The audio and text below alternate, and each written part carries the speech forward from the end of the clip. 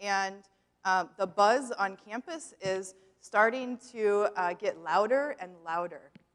And in the very first week of campus, you will see students just swarming the campus, and there are all kinds of activities to participate in.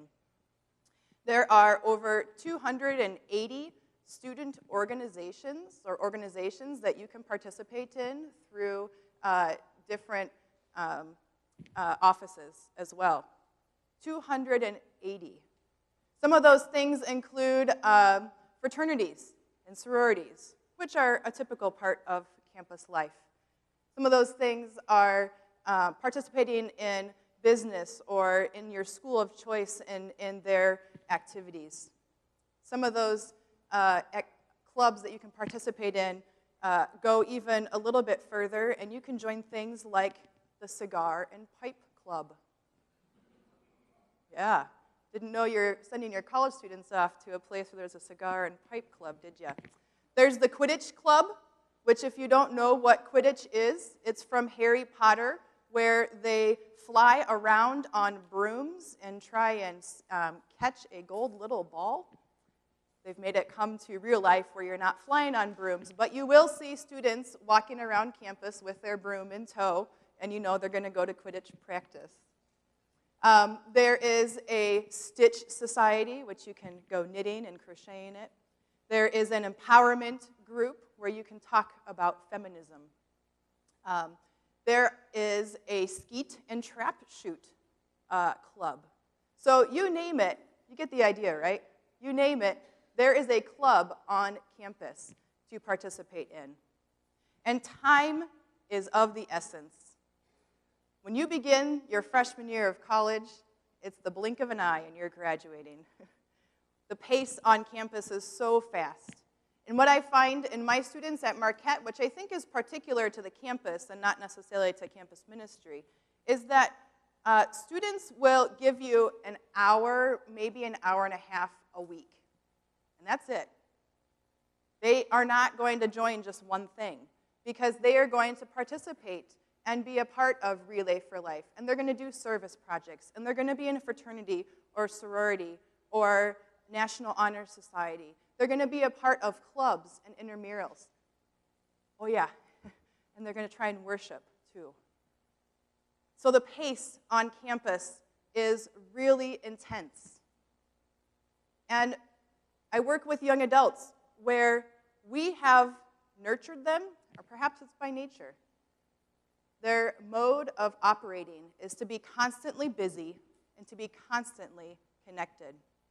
My students wake up at 7 o'clock in the morning, and they may not even get back to their dorm or their apartment room until 10 or 11 o'clock at night. Sometimes they're at the library even later, doing study groups and studying. And so being busy is incredibly challenging to try and compete for that little bit of time in a student's life. If they come to worship, that's probably all we'll get them to. And so we try our hardest to get them to come to worship. Now, I know I'm preaching to the choir, right? Nobody's busy here, right? Everybody's just, they woke up this morning and said, the only thing I have to do today is go to worship. You don't think so. I think all of us are challenged with the need or the concept of being busy.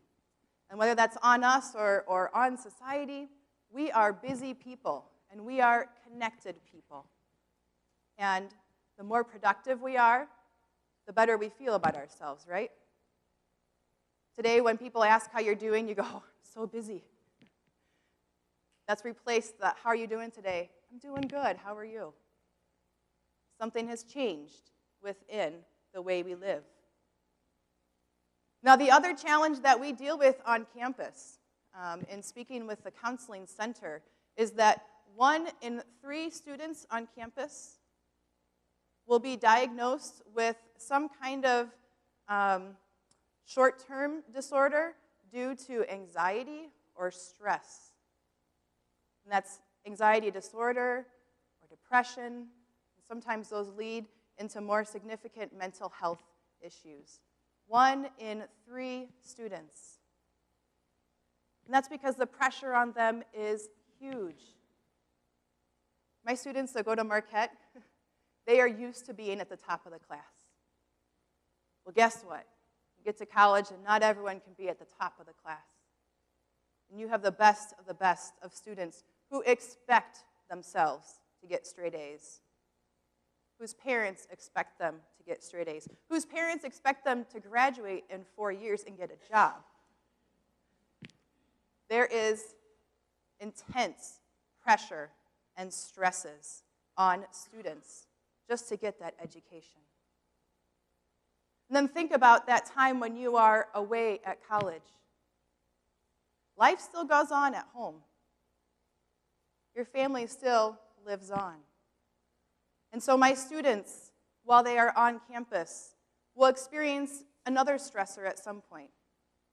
Maybe it's the death of a grandparent. Maybe it's the breakup of a boyfriend or girlfriend. Maybe it's a diagnosis of some health condition with one of their parents. But 4 years, 5 years is a long time to be away. And at some point in that time, there's going to be something traumatic in their life. So the challenge for me and the challenge for them is to try and hear God's voice in the midst of all of these challenges and stresses. I was told that August here is preaching on the Psalms. And the Psalms are a great thing to cling to when life is busy and when things are muddled and when you're not quite sure where to turn. Because the Israelites, the people of God, are really unsure of where their place is at. They have no idea what is ahead of them. But they do know for sure that they have had many challenges and great strife in their past. And through it all, God promises them that they will be restored. Sometimes it's the people that need to turn toward God, and sometimes it's God restoring them. Isn't that what we all crave? Isn't that part of the reason why we come to worship on Sunday morning? That something in this community may restore us.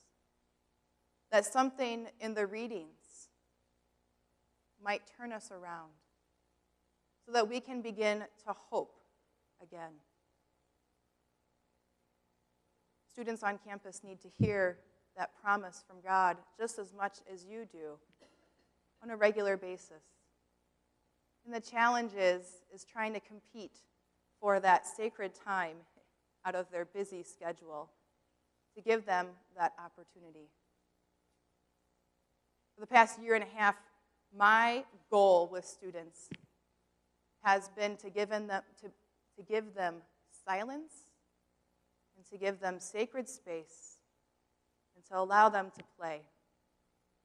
If we don't let our mind do those things, if we don't let our body walk through those things, then it is quite easy to begin to think that things are impossible.